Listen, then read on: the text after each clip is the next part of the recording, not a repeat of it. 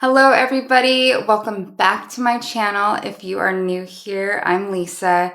Today, I am so excited because I got to sit down and have a discussion with Jermain Montiel, author of As I Rise. I've mentioned this book in a few of my videos. It's incredible.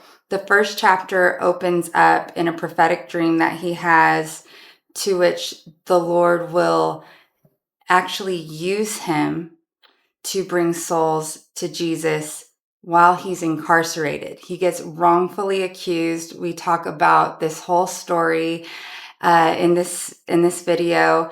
We talk about the spiritual gift of prophecy. Jermain has experienced many dreams since he was very young. We talk about heartache and soul ties and what that actually means. We talk about anxiety and depression and how the Lord can heal us of some of these debilitating mental illnesses. So we just dove into so many different spiritual topics. It was just incredible. So I can't wait for you guys to see everything that we talked about. So let's get started.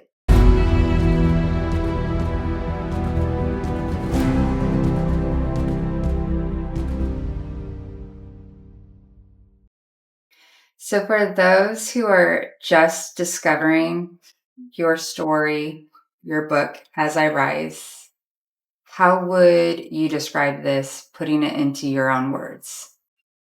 It is the story, my testimony about going through life and experiencing one hardship after another, um, falling astray and leaving the church, flirting with having one foot in and one foot out, and serving two masters and being caught in the storm and not being able to see clearly, and feeling that you're just all alone. God's not there, because if he was, then he would answer my prayers. Um, and so the story is all about knowing that he is there. He's always been there. He's never left you, because his words, I will never forsake you. And so understanding that, even when you can't feel his presence, even when you can't hear his voice, he's still there. You're in the dark soul of the night, and there are times where he's going to let you be to figure things out. Um, and so this book is all about trusting and believing and knowing that he's there. He's not leaving you. He's going to pull you through this. You just have to stay the course, no matter how hard it is, no matter how painful it gets, and no matter how dark it is in front of you. You have to keep moving forward, keep pushing through it, because he's going to pull you through. And I think so many of us can relate to that, feeling like, God, are you there? Are you even there? Especially when we're going through trials and tribulations. So the first chapter begins with a prophetic dream. Yeah. Can you tell us what that prophetic dream is? Man. Yeah. So I only ever tell two people about prophetic dreams that I have. One is my spiritual father, a man, but he's a pastor by the name of Steve Slate in Kansas, and love that man. He has been the father to me that I've never had, and the other person is my mother. So when I had this dream, I let Steve know, but I also spoke to my mom, and nobody could really make sense of it. And in this dream, I'm in this church, and I'm kind of just standing around by the altar, and I'm looking at people, and there was this Russian couple. They were both on their knees on the steps, and I went over to the Russian man. I was drawn to him, and I placed my right hand on his chest, and I placed my left hand on his back. And at that moment, he lifts both of his arms up in the air, and he lifts his head up. His eyes are still closed. I'm praying with him, and I'm walking him through the steps of repenting for his sins and accepting Jesus Christ in his life as his Lord and Savior. And he does this, and I'm still looking around because I have no idea where I'm at. I'm in this church. I don't know these people. I don't know where I'm at.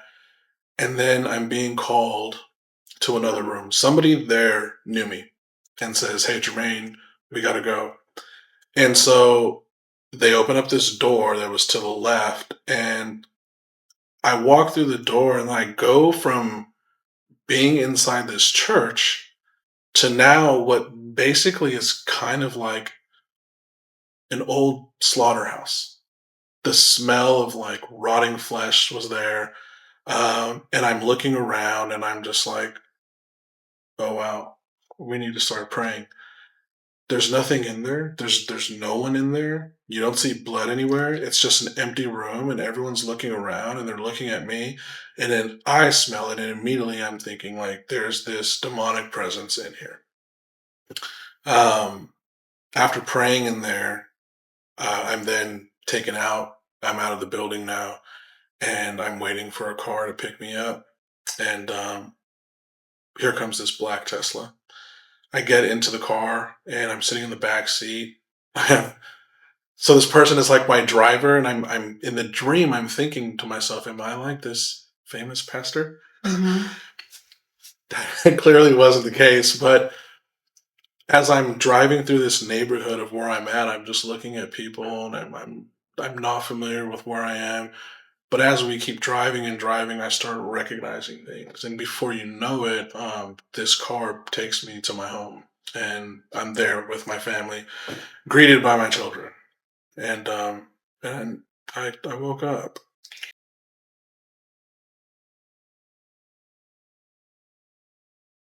So when you wake up from a dream like this, and you said that you shared it with your pastor, is there something that you sense about this dream that it could be or that it is prophetic? Like, do you know it's prophetic or does it just feel a little different than other dreams? And so you decide to share it with him. What is that experience like to receive a dream like that? At first, I've had dreams like this since childhood. Okay. They are weird. They're strange, if you Mhm. want to say, and at times downright terrifying. Okay. Um, there are times where I'm actually moving, and that's how I wake up, and it's the same movement that I just did in this dream.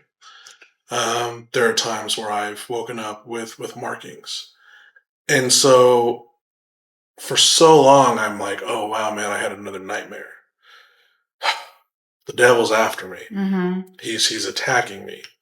Um, it wasn't until I kept going to Steve and talking to him about my dreams, and he was telling me that in our bodies is our spirit. Mm-hmm. And our bodies walk around in this physical world that we live in. Mm-hmm. But there's also this spiritual world. Mm-hmm. And our spirits, when our bodies are sleeping, our spirits cross over. And there are times where we can physically cross over. When he explained this to me, I was like, wow. Okay, so I had this dream, I had that dream. I just started telling him all these things, and he was explaining them to me. But then as time went on, he started to help me learn how to understand the dreams myself. And so I was like, wow, okay. So after that conversation and after coming to him so many times about my dreams that I'm having, I learned to now understand that, okay, this isn't a nightmare. Okay. I understand what this dream is now. You're telling me something. God speaks to us. He can speak to you through a song, through another person, uh, through dreams, Mm-hmm. through a message you receive at a church from a Mm-hmm. pastor. He will use anything he can to grab your attention. And if he's trying to tell you something or show you something, you better believe it's going to happen. With me, it has always been dreams. He shows me these things and I see them, and now I'm able to understand. How do you discern a dream or a message that it's from God and not the enemy? The enemy can't harm me. So there was one dream. I'm walking down a hallway and I get attacked from behind. People are looking at me on the left, people are looking at me on the right. I get attacked from behind, I get thrown into the wall, and I immediately take whatever this was, never saw a face, never saw a person. And but I'm holding on to them, and then I spin around and I throw them into the wall, and we're just throwing each other back and forth, fighting until I wake up as my body lifts off my bed and does a 180 on my bed. That's not from God. Yeah. Another dream. I was walking out into this kind of like a field, right? It was overcast, cloudy, and there were trees. They were kind of spread out sporadically, and they had been burnt, and you could see smoke coming from them still. And there were spots around the dirt. The dirt looked like it was soaked, but it wasn't mud. And there were certain spots where there was smoke coming down. And as I'm walking out there, I'm looking around like, what happened here? What is this place? Where am I? And I see this building off in the right. And there was a man who was wearing what looked like a hospital gown. And he's screaming, screaming for me to help me, please. I'm not crazy. And there was about four, I would say, doctors. They were men, four men with white smocks on, and they were telling me that he was crazy. He needed to take his medication. And I'm standing there not really believing who they are because the guy didn't look like he was crazy. He looked terrified. So when I took a step forward, they took a step back, which I found very odd. Mm-hmm. And I'm standing there just so confused. And then they keep trying to like pull him by his ankles closer to them and away from me. And then I took two steps forward again. I said, stop. And they just dropped him. They left him alone. They started walking back. And as I'm looking at them after I said that, I look off in the distance at that one building. Now on this building there was a flight of stairs, and all over the steps there were more men. They were dressed just like them. And there was one guy standing right in the middle of all of them. And he had slick back gray hair. He was wearing a burgundy suit with a burgundy tie, burgundy shirt, right? And he just kept staring at me from in the distance. And so then when I looked back down at them, I said, leave him alone. And I grab his hand and he disappears. They look at me like they were shocked, like what just happened. And they're now walking away and I'm looking around like I need to get out of here. So I start walking backwards the way that I came in. I turn around and I'm walking back. Once the dirt turns into now it's like concrete and I'm on this path. And then I get to this stop where there's like this bench, and who's sitting there at the bench? It's the man in the burgundy suit. And I look over to him, and I'm just staring at him, and he says, "I've been waiting for you, Jermaine." And so I slowly walk over to him, and I'm sitting down right beside him, and I just look at him, and I said, "What have you been waiting for?" And he said, "You. I want you." And I was like, "Okay." And I turned away from him, and I'm looking straight. And so I stand up, and I stand in front of him now. I put his head inside, and out of my pocket comes this like bright, shining silver like spike.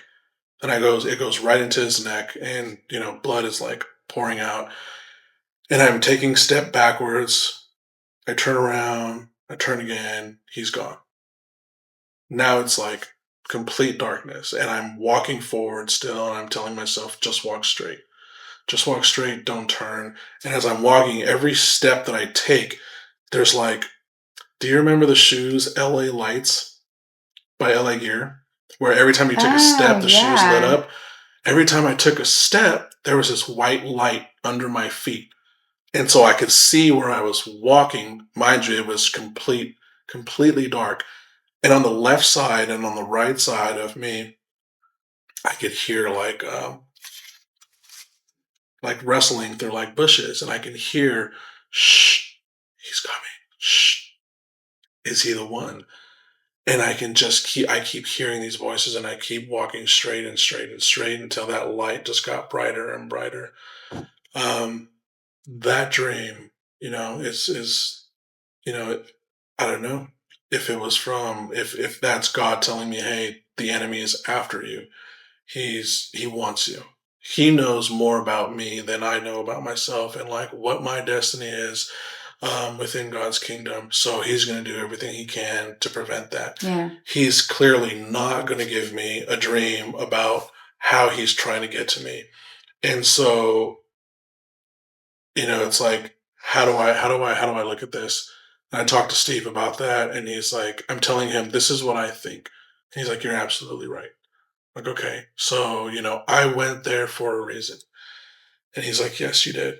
So, it is hard to tell because the devil, he's good at his job, and he will try to confuse you, and he will try to make these dreams seem like, oh, oh, this is good. That was, but really though, like it's not. You have to just really pay attention. And if ever there's a time where I can't discern that moment, I always reach out to Steve, or I'll pray on it and I'll ask God, make this that is unknown known to me. Help me understand. Yeah. Have you found that there is support for you as a Christian who has prophetic dreams? Because some of these dreams, not everybody has dreams like this. Have you found amongst, maybe the church that you go to in your Christian community, have you found support with this? Yes and no. Okay. And I'm really glad that you brought that up, because this dream that I just talked to you about, I've only ever told Steve. Okay. People are going to see it. And for the non-believer, this guy's crazy. Okay. However, even for some people in the church, Yeah. and that's very, very discouraging, because I don't understand how you can claim to be a believer and not believe in the prophetic. That's a gift from God. Speaking in tongues is a gift from God. The power to heal is a gift from God. The power to preach is a gift from God. These are gifts God has given us, and they are written in Scripture. So there are some members, even in my church, where they find it a little far-fetched. Mm-hmm. That's cool. Mm-hmm. I just don't understand how. Steve is very much in the prophetic. There are some members in the church that I go to that do believe. They're all about that. They understand. They get it. And at the end of the day, it's like this. There is a battle out there between good and evil. And if you believe that Jesus exists and his angels exist, so does Satan, and so do his demons.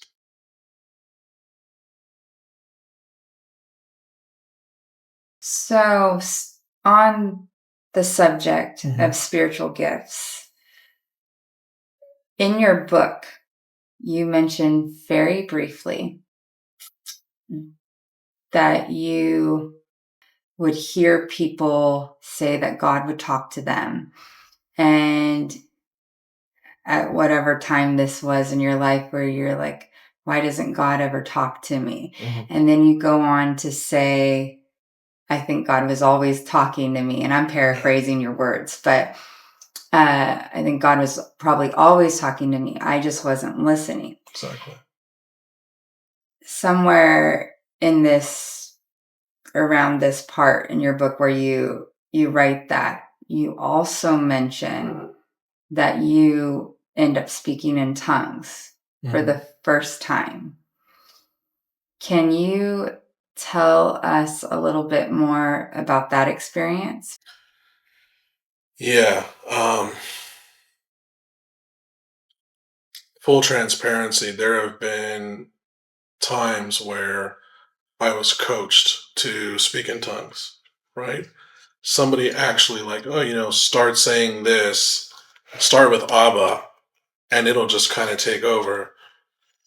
And to me, that always just seemed like so not genuine, because from what I read in the Bible, the book of Acts, in the upper room, okay, the Holy Spirit came upon them, and then they were speaking in other tongues. So now let's fast forward to when this happened. This was the first time I felt that it was not me trying to initiate it. And we were at church. I was there.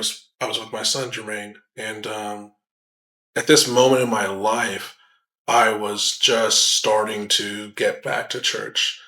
The past 4 years have just been somewhat of a hurricane. I entered a season where, you know, um, chapter three of my book, where my fiance was cheating on me. She had carried on a year-long relationship with somebody else behind my back. I had just lost my job. Um, I'm behind on every bill imaginable. 5 months on rent, 6 months on my car. My grandmother had just died. My son attempted suicide.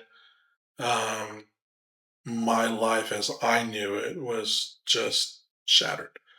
And so, after coming through all of that and then getting through and then getting back on my feet, um, getting my son the services that he needed and making sure that, he was thriving and which he is. And then taking the time to put myself into therapy and heal from that relationship and grieve my grandmother properly. Um, I felt like I need to get back to church. And so my son Jermain actually started going back to church. And I thought to myself, oh, there's probably a girl there that he likes Mm-hmm. or something. Um, but he actually kept going. He kept going. He stopped smoking weed.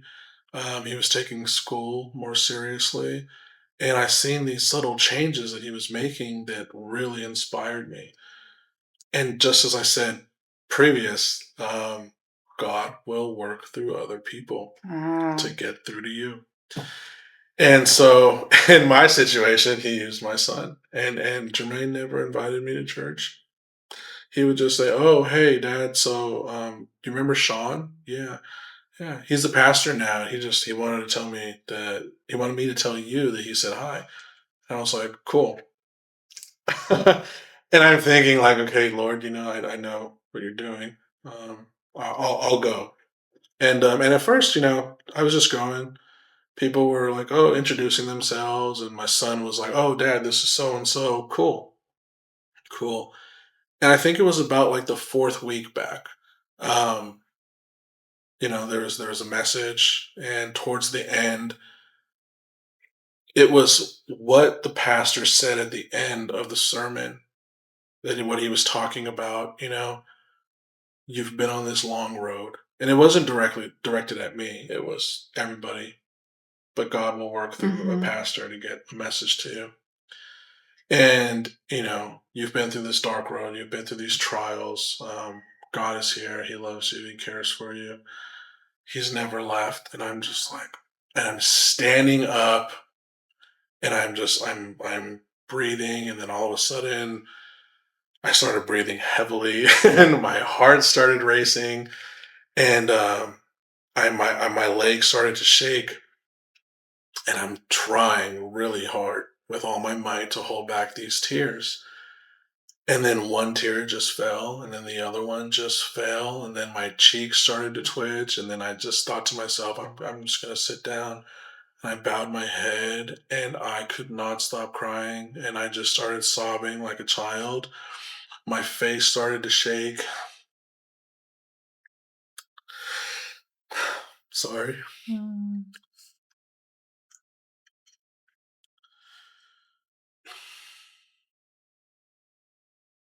I could feel him holding me. The AC was on, and I just started sweating. Um, and my jaw just kept moving so fast. I don't know what came out. It would not stop. And it was really loud, and everyone was quiet in the whole church. And next thing I know, there were probably like 7 men with their hands on me, praying for me. And when all of that was like done with, I tried to stand up. That didn't go well. So I sat back down. I was just so lightheaded and just like, what is going on? What just happened? And I'm wiping these tears, and I'm wiping all this sweat. And so then all the guys, they were praying for me. They were introducing themselves after, and they were coming to me like, dude, I felt that. I felt that release. And I was like, how do you know that that's what I was feeling? That's crazy. And so yeah, those guys, they became my brothers. I've got a good group of friends there at that church, and we're in a daily Bible study. We keep in touch, and so it's just it's really great to have that, because iron sharpens iron. Mhm. And it was that day that I was talking to one of them about my dreams, and I wasn't going into detail, but just kind of like the type of dreams I've been having. And so he's like, dude, you got to write this down. God is telling me to tell you to write this down.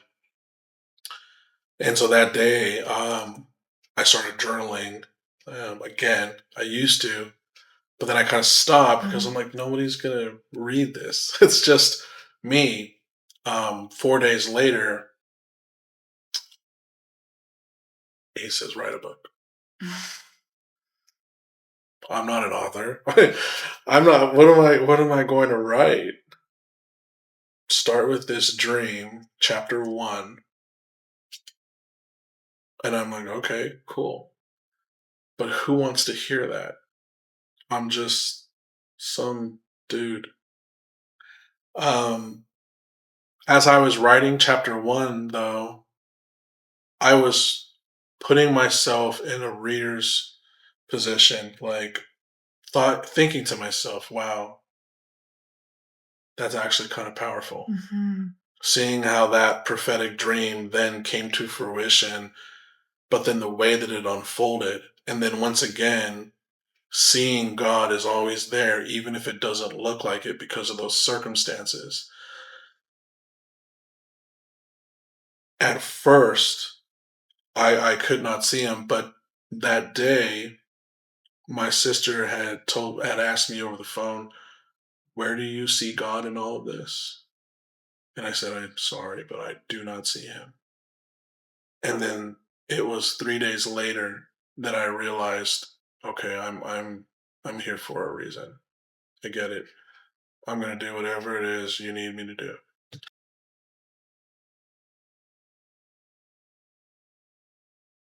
So, can we go back to chapter 1? Yeah.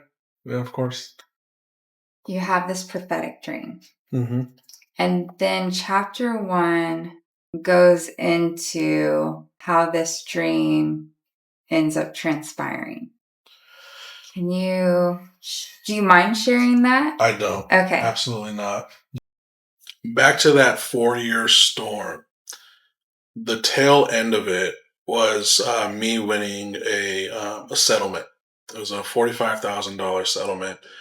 I had filed a complaint against my former employer, and um, they wanted to settle. They didn't want to go to court. Great. So I reached out to this guy who at the time was my best friend. You'd even call him my brother. We were both doing the single parent thing. We lived in the same apartment complex, same floor, two doors down. He would refer to himself as uncle to my children. You know, and so I let him know. He knew because he knew the struggles that I was going through and everything that was happening. There'd be times where he'd buy me and my children dinner, or he would give us money so that we could wash our clothes. And I thought to myself at the time, right? I wasn't in church. I said, "Hey, man, let's go have some drinks. Celebrate." He's like, "Yeah, let's go do it." Okay, cool. I gotta go to the gas station first, though. So as we're leaving, I go to the gas station, and it's about maybe 2 minutes from where we live. I get out, I pump gas, and as I'm getting ready to leave, I'm pulling out of the gas station. He lights this. He tries to light this, like some sort of like firework. Okay, not a firecracker. Those are very small. This one was bigger, probably about like this big. And I'm yelling at him, and I'm trying to hit it down. I'm like, "Don't do that, dude! Don't do that! What are you talking? What are you doing?" At this part, Hmm. so you're in the car now. Yeah. Okay, so when you're pumping gas, did you like sometimes when I pump gas, I just leave it in, go back into the car, and then, or were you finished pumping gas and then you get into the car? Yeah. Yeah. Okay, I so stay outside. you were done. Hmm. You get into the car, and then did you know before you got into the car that he was trying to light this? Okay, okay. Yeah. And so he's like, "Okay." He's like, "My bad." So I continue to press all the buttons. I'm in a car that you just had to do a lot before you can drive off. And as I'm doing all that and I'm turning away now, his window's still down. And then he turns this way and he lights it. I'm 6'1", 220. This guy is 6'4", 300. I'm trying to get it. And he's screaming at me, "Too late, too late." And he throws it out of my window at the pump. I peel out as fast as I can to get away, hoping that it wasn't going to hit the pump and maybe it would just land on the concrete. No, he hit the pump. Pump is gone. Smoke everywhere. You hear this loud bang. Car alarms are going off. The intersection is literally right there. And I am out of my mind terrified. Not trying to stay there. Not trying to be there. I leave. And by the time I get back home, I tell him, like, this better not come back to me. That week leading up to for the next week is when I had that dream, and I was in this state of morbid depression. I must have said maybe a handful of words to my kids that week. Um, in meetings on Zoom for work, I had my camera off. I needed to stop by at school. I didn't want to stop by there. And I went. I just stood there and I took notes. I sent an email at the end of the day. It was really, really, really bad. I had no idea what was going on, and there were times where I am sitting on the edge of my bed, staring at the wall, and I'm crying like, "God, like, what is going on? I don't like this." Leading up to the following Friday was when I actually started talking to my children, and I said, "I'm really sorry, you guys, that I haven't said a whole lot to you, and I want you guys to know, like, I'm not upset with you. There's nothing you did wrong. I've just been going through some things, and I don't understand it, and I've been trying to make sense of it, but I can't. But I want to talk to you, okay? I want you to be mindful of who you surround yourself with, the type of people that you let into your life, the things that you're going to entertain. because those can either build you up or they can break you down. And that's why I'm always asking who your friends are. And I say, you know what, don't hang around this person or don't hang around that person because they will be quick to throw you under the bus. And I told them then what had happened because they didn't know. And they said, yeah, yeah, you need to stop hanging out with that guy. I'm like, oh yeah, no, I haven't. I deleted his number, haven't responded to any of his messages since then. That following morning, Saturday morning, about 7:30 in the morning, Roseville Police Department raids my apartment. Roseville, yeah, they raid my apartment. About maybe 15 officers. They block Vernon. They block the alley behind our building. They block Judah and they block Bullen. I have no idea what's going on, and I'm standing there wearing nothing but boxers.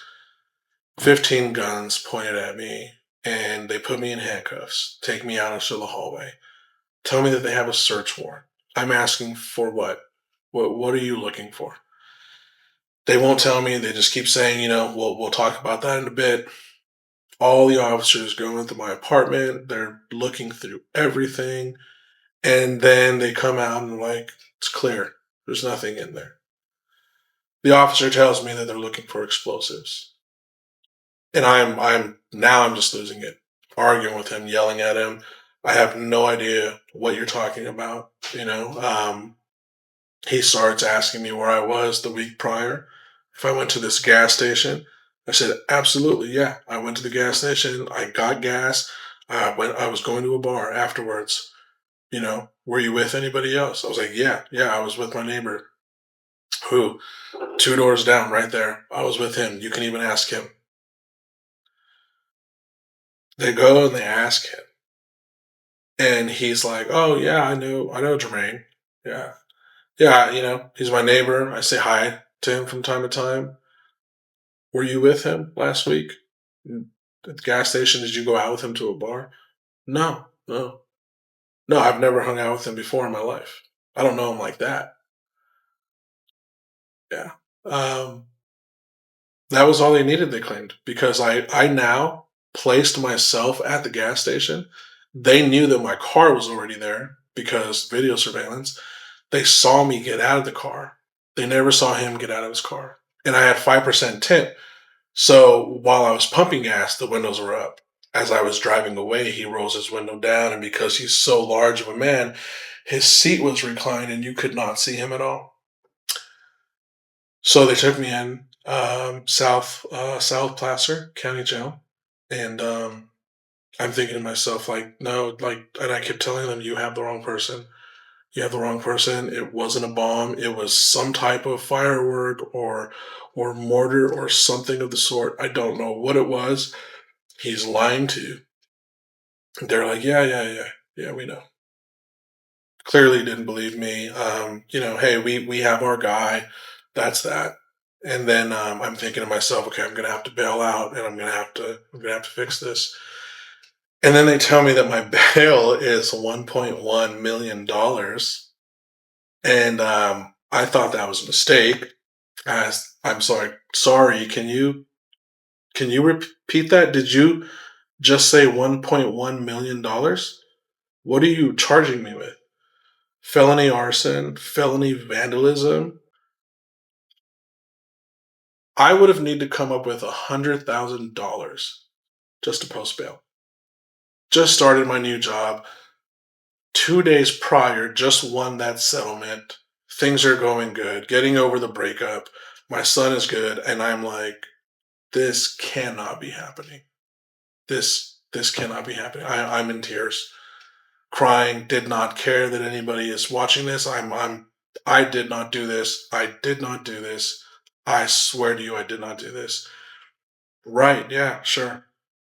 And so the first call I was able to make, I made home. I told my mom, I'm not coming home. This is what they're saying. I didn't do it. Um, Talking to my son, he's reading me Psalm 91 over the phone. And my sister gets on the phone and she's like, I need you to take a deep breath. and I needed you to ask yourself, where is God in all of this? And at that time, I couldn't see him. So, that is what happened. And then those first 3 days were just nightmarish. That whole first week, locked in a cell. I was allowed out once, and I grabbed the first Bible that I could see. It was in Spanish. I don't speak Spanish, but I knew what I was reading. I knew what I was reading because I've read those scriptures and those passages so many times that I know in English what it says. But having that Bible was something that gave me comfort. Um, I fasted for those first 3 days. And then on that third day, a mental health clinician came to check on me. And she had told me in that meeting that she doesn't come to South Placer, she stays in Auburn. But someone told her that they were concerned about me, and I'm because I didn't sign any form and ask to speak with mental health. And she then asked me in the meeting, Jermaine, are you a believer? And I said, yeah. What does that have to do with this?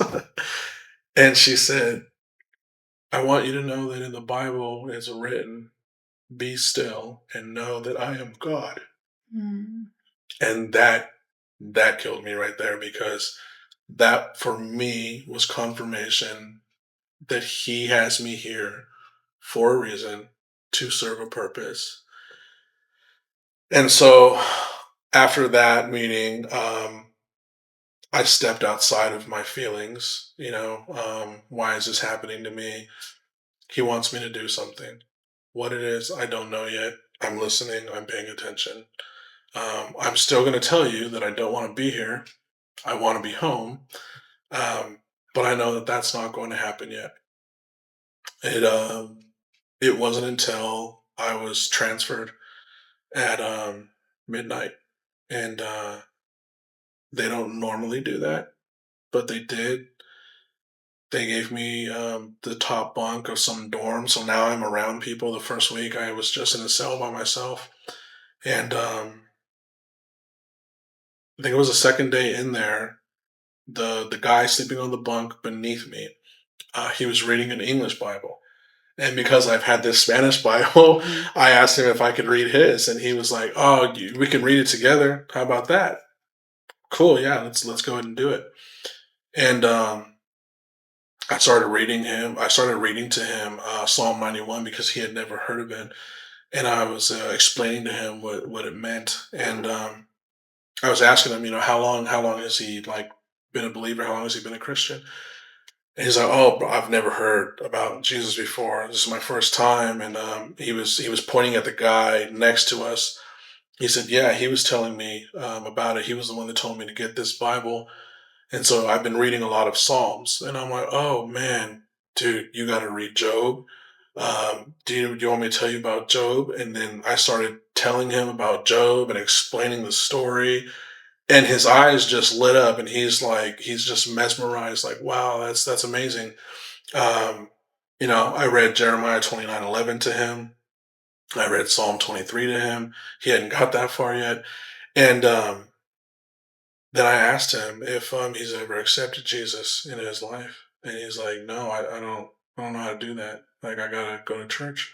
I was like, "Not at all, dude. Like, the Bible says, where two or more gather in his name, there he is with them." So we can have church anywhere. Church is, you're thinking of just the structural building. That's not church, that's just a building. Okay.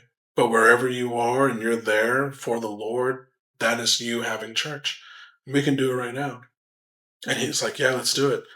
I'm praying over him, and I'm praying for him, and then I'm walking him through it. He accepts Jesus as his Lord and Savior. And I'm getting ready to go. Shake his hand. I'm going to go make a phone call, and then he starts asking me what my political stance is, and I was like, I don't do any of that stuff, man." I'm like, "Why are you a wood?" He's like, "Nah, dude, I'm Russian. That's it." And I flipped because in the dream, where I'm praying over this guy in a church I don't know. He was Russian. And so now here I am in a church, right? Because where two or more gather in his name, there he is. We're having church. I've never been in that jail. I'm in this place I don't know, and I'm leading this man to the Lord. And I was like, wow, okay, what do you want me to do next? So is that part of the dream, and it just comes to you? Yeah. It's like, oh my goodness, it transpired. Yeah. Wow. Yeah, absolutely. It was, yeah, it's very powerful. When you had the dream, I know sometimes dreams they're dreams, and they're not always displayed in a literal sense. But did it look like the same person, or was it just that you just knew? Similar. So similar build, similar hairstyle, but his face was, slightly different, which was just really strange. And then, of course, jeans and a t-shirt compared to a jumpsuit. Yes, just a few details that are different. Okay, so what happens next? So that's the first thing, right? Yeah. That happened, where that prophetic dream is like, okay, Yeah. this just transpired. Oh yeah. Yeah. I went to the phone immediately. Was talking to my sister about it, letting her know, and I'm like, hey, everything's gonna be fine. Like I know that I'm here for a reason. God put me here. And I told her what just happened. And I said, hey, put mom on the phone. And I'm like, Mom, remember that dream that I was telling you about? You're never gonna believe what just happened. And then when I told her, she's like, I believe it. Okay, wait, I forgot who I was talking to. So after that, I began another fast. I went on another 3-day fast. You already don't get a lot of food in jail, so to fast in jail, yeah, that was a challenging one. And then I got sick too during that fast, but I stayed the course, and then started a prayer group. We met like every day after dinner, and it was at first it was just 3 of us, and then it turned into like 6 of us by the time I was released. And then came the day that I had to go to court again. And before that, my mom had told me that they arrested him. So that the cops had come back. I guess they went to the apartment building, spoke with the building manager, got a warrant for their surveillance, and saw that he was with me in the car. They seen the corner camera from the gas station on the intersection of Vernon and Riverside. And so they went and they questioned him again. And once again, sticking to his story, denying it, they arrested him, and then they showed him the video surveillance. And my son said that he cracked the door and he was listening from the hallway. And he's like, oh, I don't even remember doing that. Right. So they took him in, and I'm like, this is it. You're working because I'm being obedient and doing what you want me to do here. I'm doing that. Okay. So the next morning, I'm on the bus, and it's about 7 a.m. I'm the first one on the bus, sitting in the back, and they just keep packing people in. And while I'm sitting there in the back, there's this guy comes in, and all I hear is this voice say, him. And I'm like, okay. Okay. Yeah. The voice. Mm-hmm. Is this inside your head? Is it actually audible? What's that? Not audible. It is it was more like he was highlighted, and I was drawn. You look at something and you're like, you're looking for a t-shirt to wear, and you're going through, and all of a sudden, that's the one right there. You just it, and that's how it was. I don't hear his voice like I hear yours. It's more of a feeling in your heart. And as soon as I seen him, I was like, all right. And the entire time, the entire ride from Auburn out to the courthouse where South Placer is, he just looked so scared. He looked scared. He. At one point, we were at a red light. He was asking the guy next to him, "Hey, what does that say?" He didn't know how to read. Um, and I'm just like, I just kept like, I could feel for him, and listening to all the other guys brag about, oh yeah, man, no, I'm going to take the plea. They're going to give me 7 years. I'll be out in 4, and I'm just thinking to myself, like, what kind of life is that? Mm-hmm. Why are you glorifying that? I'm literally probably the only one here on this bus that didn't commit a crime, and I cannot wait to get back to my children and my family.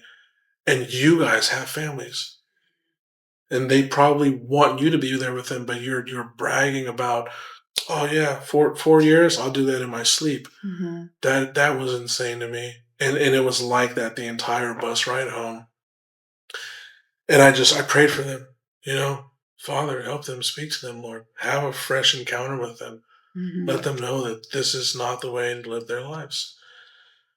Once we got there, they took everybody off of the bus and they put us in separate cells. Everyone, if you're in this department, you're going in that cell.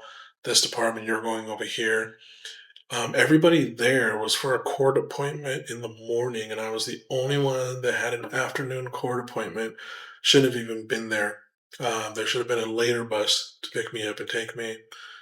So I was there at the courthouse for about, I want to say, 8 hours, just shackled, sitting in a cell.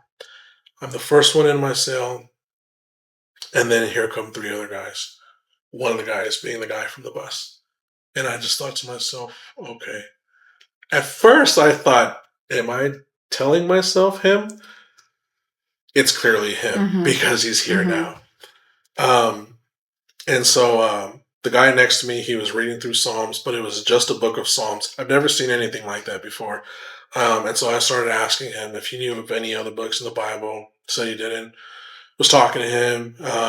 And by this time, I had an English Bible now, and it was with me, and I was reading some scriptures to him. And then I was just praying with him because he said he was in there for something that he didn't do, or the situation was blown out of proportion. And so I was just praying for a favorable decision for him. When the other guy comes back in, I called him the forgotten one in the book. And he comes in, and he had about 16 to 20 different charges. And he's telling us, like, I don't know what to do. Should I take the deal? If I do, I'll be out in 30 days. And I'm asking him, weigh the pros and cons. That sounds like a good deal. You have family you can go to. He talks about how he was adopted and he kind of burned some bridges with his foster family. He had been addicted to heroin for 20 years, been living on the streets. He had been estranged from his daughter. And he said that he wants to get right, and he wants to do it now. So when he gets out, I'm like, you should take the deal. He goes back, he takes the deal, he signs off on it. He comes back and he starts feeling better. And then I bring it up and I said, you said that you want to get your life right when you get out of here. And he's like, yeah, I just want to get right with God and be there for my daughter. And I said, you don't need to wait 30 days to do that though. And he's asking me, what I mean. It's like, you can do that right now, bro. I could do it with you. I can pray for you, pray over you, and you can accept Jesus Christ as your Lord and Savior, man, in your heart, and He'll save you. And he's like, how do I do that? I'm like, can I put my hands on you and pray for you? And he's like, yeah, absolutely. Mind you, I have shackles. My ankles are chained together. I have a chain around my waist, so my wrists are like chained to my waist. And I sit up and I'm scooting over there as fast as I could. And I'm placing my hands on him and I start praying for him. And first I was thanking God for being who he is. And then I was thanking God for him. And then I went back to, you being here with us. And the second I said, God, you are father to the fatherless, he broke down in tears. It was almost as if he felt a love he had never felt before. And the more words that came out of my mouth, the louder he kept crying. The guy that was sitting next to me, he got off the bench and he walked over and he placed his hands on him. By this time, the guy on the floor does it too. Now we're all just praying for him. He's crying. He's losing it. And then I'm like, hey, repeat after me. And so I lead him through prayer to accept Jesus in his life as his Lord and Savior. And then I say, Jesus, in your name, we pray, amen. And I started scooting backwards. And he's like trying to wipe his tears, but he can. He's like doing that, and I'm just like smiling at him. And I'm just like, wow. And I was like, bro, clean slate, bro. You're saved. You're good, man. The Lord has you, dude. Like everything that you've ever done up until this point is gone and forgotten. And now your life starts. Now be there with him, stay with him, be there for your daughter. And when you get out of here, man, you're a different person. And all you got to do is just stay the course. And then that voice, right? He says, Jermain, my son is saved. And now I'm going to save you. And then I started crying because I knew what that meant and I knew I was going to get out of there that day. And then he starts talking to me and he's like, hey, I heard you talking to him when I walked in about how you don't belong here and you didn't do anything to get here. And then he says, but you do belong here because I've never heard of Jesus. And there are a lot of guys in this jail that don't know who he is, but you came in here with him. You came in here for me.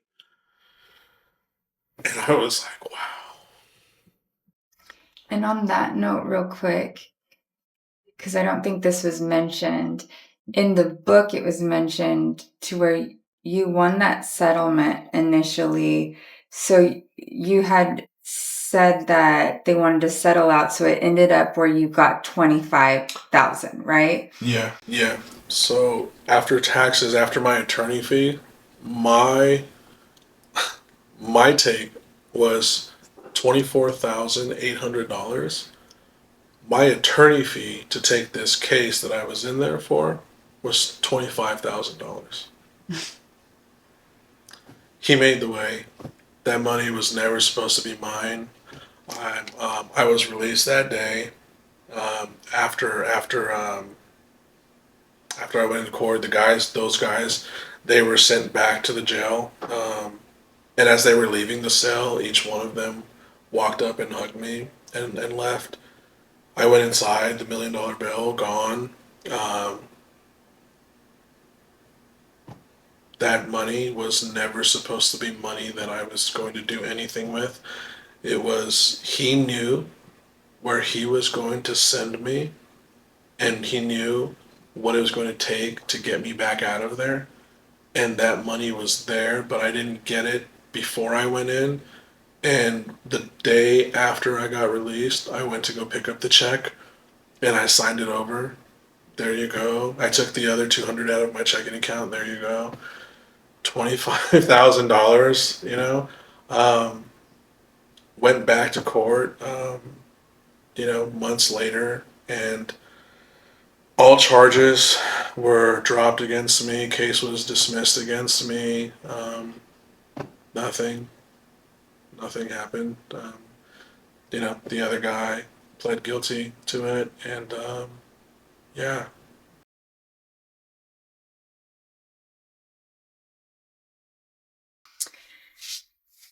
So in that story, you talk about fasting. Can we talk a little bit about spiritual fasting?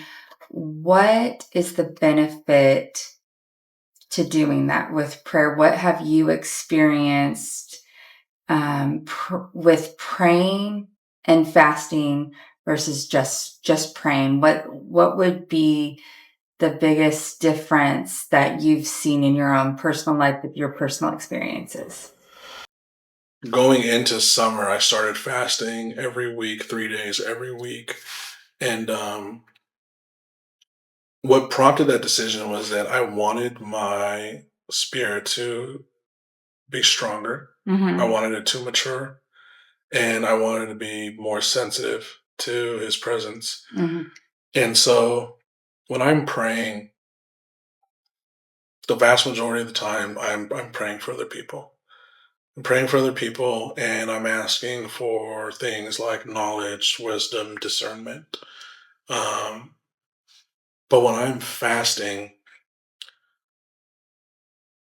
I am sacrificing. Mm-hmm. I am telling him, Father, for the next 3 days, I am not going to eat anything. That is my sacrifice for you in hopes to become closer to you, to feel your presence, to hear your voice more clearly, to strengthen my soul, to have more knowledge, wisdom, and discernment, Lord, and to have you in me, working through me. And the reason why I do that is because your body, there are two things your body wants the most: pleasure and food. Mm-hmm. Take away those. Yeah.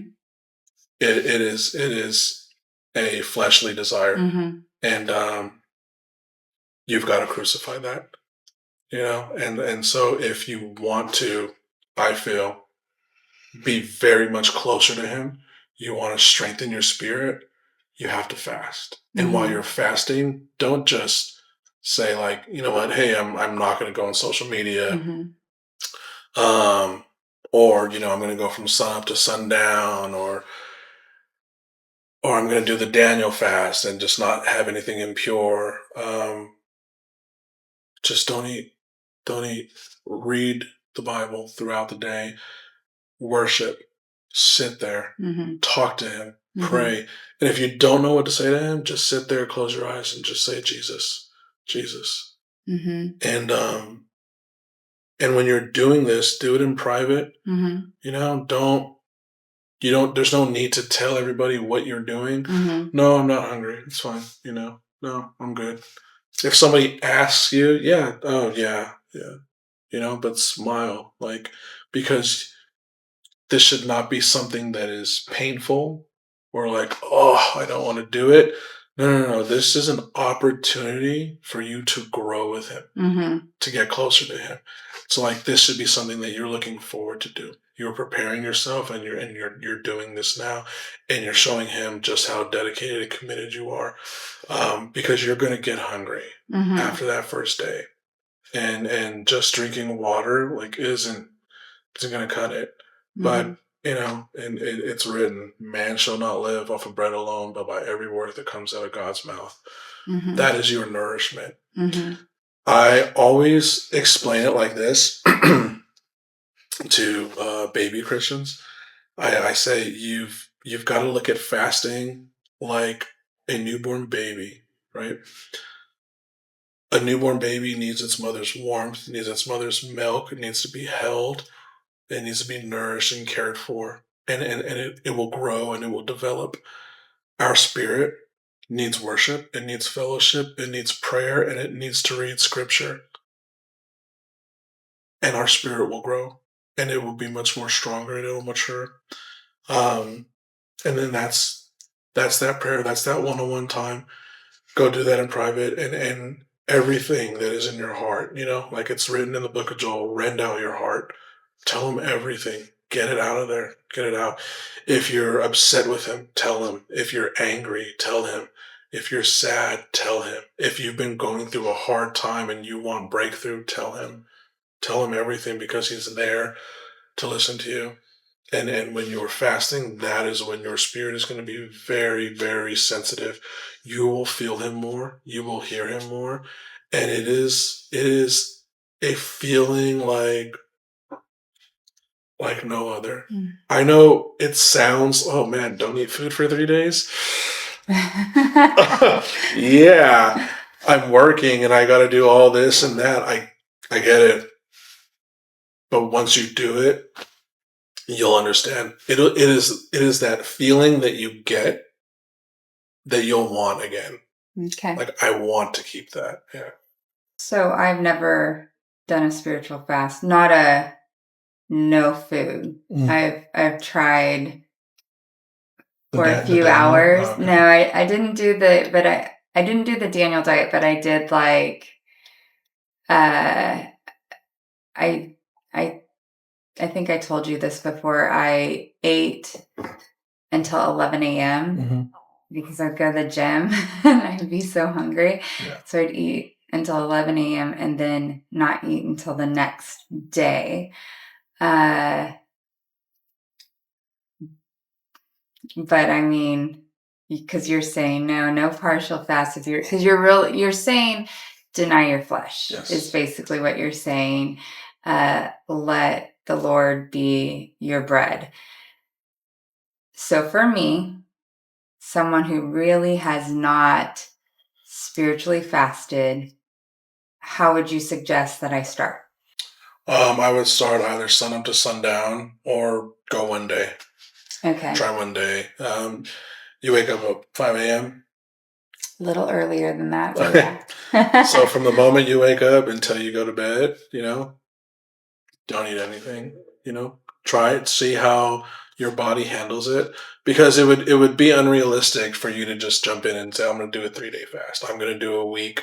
Um, I started sun up to sundown and then I went to 3 days. And the only reason why I started with sun up to sundown was because I wanted to make sure that my body could handle it. And then I did that. Did 3 days for a while until I went a week. And it gets challenging, but you've got to stay focused. Remember why you're doing it. So I would say try the full day if you can. If not, start baby steps. You have to crawl before you walk, and do sun up to sundown. But it's very important, though. Remember, it's not just about not eating food. Reading the word, listening to worship songs, singing praises, praying to Him throughout the day, and look at your prayers as more of like conversations.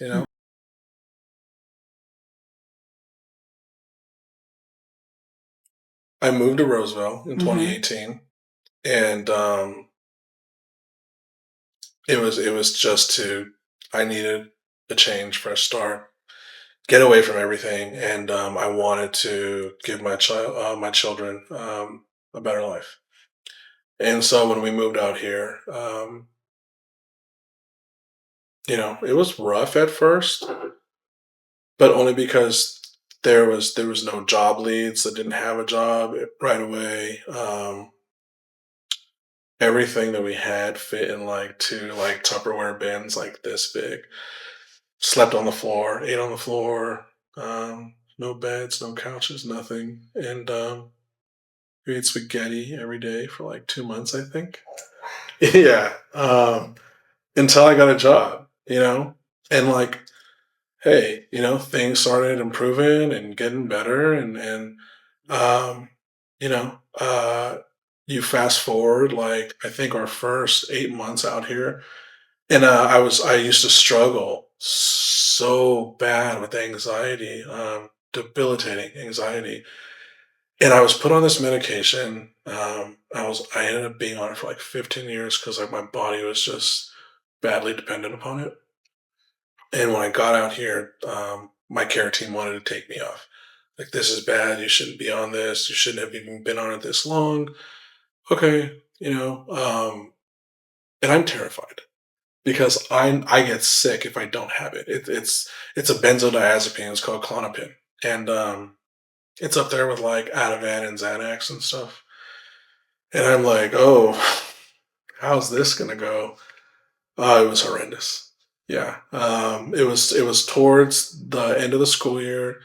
I missed an entire week, just bedridden, dry heaving. I mean, you name it, right? As I was going through that withdrawal, the doctor gave me the option to not do it and just stay on the medication. And I thought to myself,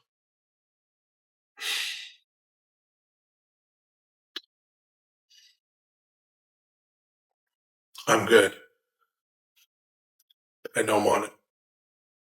I'm going to go through this because I know it's on the other end. And oh, migraines, dry heaving, you can't eat, the cold sweats, nightmares. Mind you, I'm a single father, so I still had to get up, take my kids to school, pick them up. I still had to cook dinner. Cooking dinner. It was the last Thursday before the day of Pentecost, where everything really just hit me. I could barely stand. I feel like just puking my guts out. Nothing is coming out. I haven't eaten. I'm making dinner for the kids, and I'm standing there trying to open my eyes with all my might, and I'm just singing "It Is Well" by Bethel Music, and I'm done. And normally I will serve my boys, and I will put their plates on the table because that's what a father does. He prepares a table. And I told them, hey, I don't feel good. You guys, dinner's ready. Go ahead and eat, okay? I've already prayed for you. And I go to my bathroom and I am just hovering over the toilet, singing now. I'm playing it on my phone over and over. And now I'm listening to I'm no longer a slave to fear. And I'm crying. I am crying. I am crying because I cannot take this pain. And I am sitting there by the toilet and I am just saying, thank you, Jesus. Mm. Thank you. Thank you for taking this from me, and thank you for healing me, and thank you for being there for me. I thank you, Lord. I just thank you so much, and I love you so much because you're so good and you're so good to me. And I just love you, Lord, and I just ask that you just hold me, Lord. And I fell asleep right there by the toilet. My son came, and he woke me up, and they helped put me in bed. And all four of them, they were just like sleeping around my bed because they were scared. And like the doctor had said, he already let me know what could happen. And I'm like, yeah, I'm willing to take that risk. And the day of Pentecost came, and the church, the Rock of Roseville, that's where I go. Um, they held an event in the evening where it was just prayer. Everyone standing around. There was no chairs, and I remember this so vividly because I was standing there. My heart was pounding. I burst out of my chest, and I'm just sweating. And my arms are up, and they're just random people just holding me and praying over me, my kids, and I go to my knees, and I'm still just like terrified, but know that I'm going to be fine. I'm going to be fine. The devil, back to what I said earlier, he knows so much about us. He knows what our callings are. He knows that. And so it's like that saying that goes, right? The devil told me that I couldn't withstand the storm, and I told him that I am the storm. He had kept me trapped in that storm for so long that all I could do was focus on that. And yet here you are still trying to scare me, and I'm not going to fall for it. I'm not. That next Monday morning, I woke up and I sat on the edge of my bed and I just paused. Like, I feel good. Like, I felt amazing. And I thought that maybe this isn't like real. I felt light. I was hungry. I went and ate, and I'm just like, wow, this is. I called my boss. I was like, hey, I'll be at work tomorrow. I feel good. I went for the last day. Um, that summer, the first thing I did, a friend of mine came up to visit, and we went to Rainbow Bridge and jumped off of like a 50-foot cliff right into the American River. Just Supernatural. yeah. For anyone that struggles with anxiety, depression, so a lot of people that do have those struggles, if you could give them advice, what would be that advice coming from somebody who battled that and came out the other side? It's not real. It's not real. And you need to focus on what's real and what is true. Don't listen to the lies. When your mind is telling you you're going to die, you're not going to die. You're not going to die. You're not alone. Most of the time, people that are having panic attacks, they just need to be held. That's why they make weighted blankets. A lot of people that struggle with anxiety will use weighted blankets because it's that weight of someone on you. And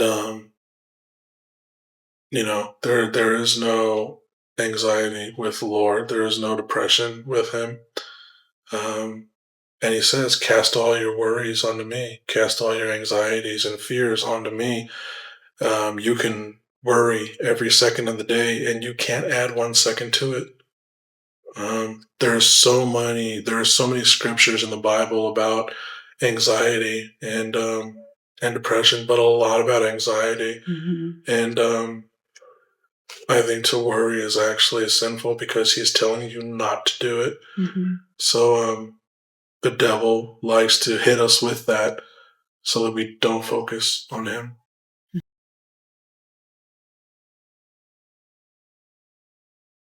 Okay. So I think it's chapter 3. Her Yeah. is what it's called. It was this relationship that you had that caused a lot of pain. But I want to go into the spiritual side of this relationship as an example, but I want to know what you think of soul ties. Here I am. We're getting established here. We've been out here for a year. The place is furnished. Income is steady. Job is good. Making new friends, and church is great. Um, you know, don't smoke. Don't smoke cigarettes. Don't drink. Not on medication anymore. Living life like you actually are excited about it, and and then you meet her,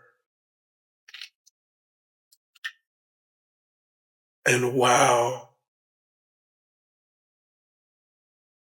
the first time I had seen her, I just thought to myself, she is so beautiful. Her voice was soft, her hair was just wavy, her eyes, the biggest, brightest blue eyes ever. And I thought to myself, she wouldn't be interested in me. And we talked, and next thing you know, we exchanged numbers, and then we went on a date. And that went to another one, and then next thing you know, we're in a relationship. And I'm thinking like, Lord, is this from you? Because like you take me to Roseville, You give me this job that I didn't even apply for. You take me off medication, and now you're going to give me this wife? Mm-hmm. And the problem with that is that I thought that it was him because I had asked him for a wife. Now, back to your question earlier, how do you discern on whether or not something is from God and something is from the devil? When you're praying to God, the devil's also listening to you. Mm-hmm. And so God works on his time, but the devil, he'll answer very, very quickly. Mm-hmm. Oh, I got someone for you, Jermain, Mm-hmm. because the anxiety didn't work. I thought I had you. Mm-hmm. So I'm going to give you her. If you were to do that all over again, Mm-hmm. and you were going to meet this beautiful, wavy-haired, blue-eyed girl that you're incredibly attracted to, how would you have discerned in the beginning? Or was there a way? What? No, God wants you to have his best. Mm-hmm. And so me, here I am blinded by this beauty. Mm-hmm. And I am thinking that that is his best. What I could not see was everything that was behind that. Mm-hmm. I could not see the darkness that was Mm-hmm. behind it. And that is where the devil had tricked me. Mm-hmm. That is where my eyes had failed me. And it wasn't until 4 months into the relationship where I'm hit with a bomb, and then I hear him, get out. So you heard that. Mm-hmm. Okay. I was in her car, Mm-hmm. and he said, get out. And I put my hand on the door handle, and I looked at it like this. And then, but what if she changes? What if she's telling me the truth? Mm-hmm. What if she really is going to leave him? Mm-hmm. Because as Christians, we have to have faith, Mm-hmm. and we have to see the good in people. Mm-hmm. So maybe she is telling me the truth. I want to know, so I'm going to stay. And in my disobedience, it came with the price that I paid. Do you think that the Lord will give us lessons? Like, do you think we will have to go through some of these relationships to grow and learn and build our character? Or do you think that this was for you to get to where you are at? Because some people believe in that they will think that this person was put on my path for a reason, or are we really just not being discerning about what is from the enemy and what is from God? I don't feel that everything happens for a reason, Mm-hmm. but I feel that everything God makes happen for you is part of your story and supposed to. Now, that being said, God doesn't want something for you Mm-hmm. that's going to harm you Mm-hmm. or going to hurt you. Mm-hmm. It's just like when he allowed the devil to test Job. Mm-hmm. He was very clear. Mm-hmm. Don't take his life. Mm-hmm. Do whatever you want. Don't take his life. Mm-hmm. Okay. And so I don't think it's something from God where he wanted me to grow from this or to learn from this. This was staying in that relationship was clearly out of my own disobedience. Mm-hmm. And because he gives me free will, Mm-hmm. he's going to stand there like, okay, Mm-hmm. I told you though. Mm-hmm. And he's going to look at me every time I go back. I go back like a dog chasing its tail, Mm-hmm. driving myself crazy. Mm-hmm. And he's just waiting. It's not for you, Jermain. It's going to be the same thing again. Do you believe in spiritual soul ties? Absolutely, 100%. So there is so much more to intimacy than just having sex. Okay. And I was talking to a friend about this actually because the topic was premarital sex. And what I had explained about soul ties to her was that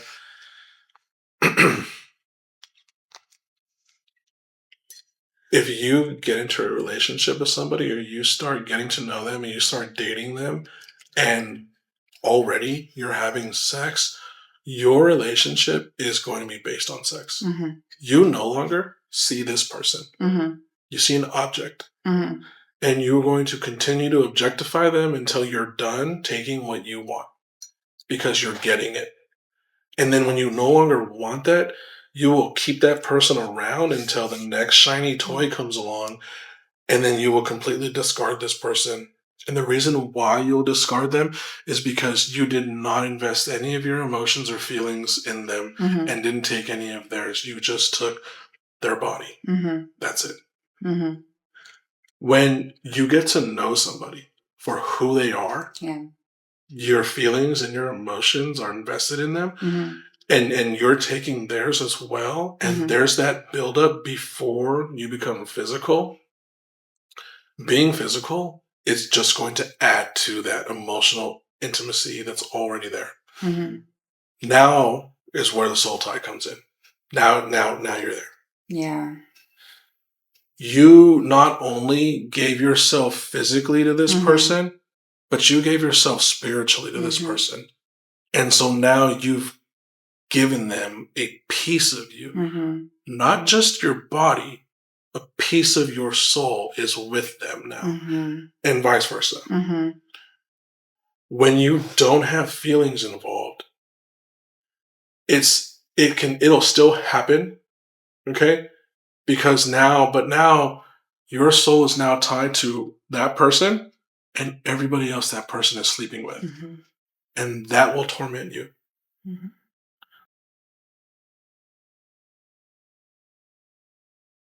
So in your book, you've addressed issues of heartache, anxiety, depression. I mean, there's a prophetic dream, actually, and it ends even in a dream that you had, that this is something that you really experienced. There is an abuse and trauma. You experienced a lot of that growing up.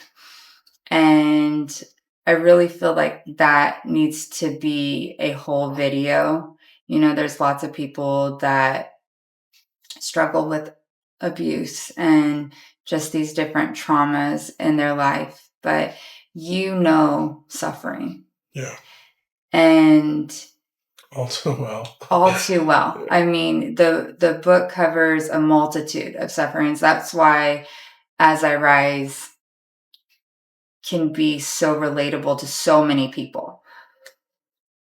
What is some last words of wisdom or insight that you would just love to leave anyone that is just going through it? They're going through the fire right now. They feel alone. They feel broken for whatever their circumstance may be. What would you tell them? You don't have to do it alone. And I know that there are probably a lot of people telling you that they're there for you, or that they'll pray for you, or that, they understand, and you may be feeling like they don't know what you're going through. They don't understand what you're going through because they've never gone through something like that. But you have to give it all to him. And you have to just find a place, go lock yourself in your closet, scream at him, yell at him, get on your knees. Every single thing that is not going right in your life, that you don't like, everyone that has hurt you, Call out their names. Ask him why, because he's waiting. He's waiting. Not one person on this planet is going to be able to approach you and fix any of that. You can't put a band-aid on your heart. You have to give it to him. And if you feel that your heart has been shattered into a million pieces, pick up that last piece and just give it to him. And he will plant it and he will keep it in his hands and it will grow and he will make you whole again. He will renew you and he will restore you. But you have to come and meet him halfway because he's already there waiting. You guys, thank you so much for joining us today in this powerful discussion. If this video touched you, I encourage you to please go to Amazon and get Jermain's book, As I Rise. I will put the Amazon link in the description below so that you can easily click on this. I don't make any money from this. I read the book. I believe in it. I believe that this can touch lives and bring more souls to Jesus. So please get the book, read the book, share the videos. Just let's really get the word out there so that we can support one of our brothers in an endeavor to help more souls come to Jesus. Thank you guys so much. If you liked this video, I'd really appreciate a thumbs up. And if you haven't already, I really encourage you to subscribe. I'm a super small channel, so it really does help me out. Thank you again. I hope you guys all have the most beautiful day. God bless.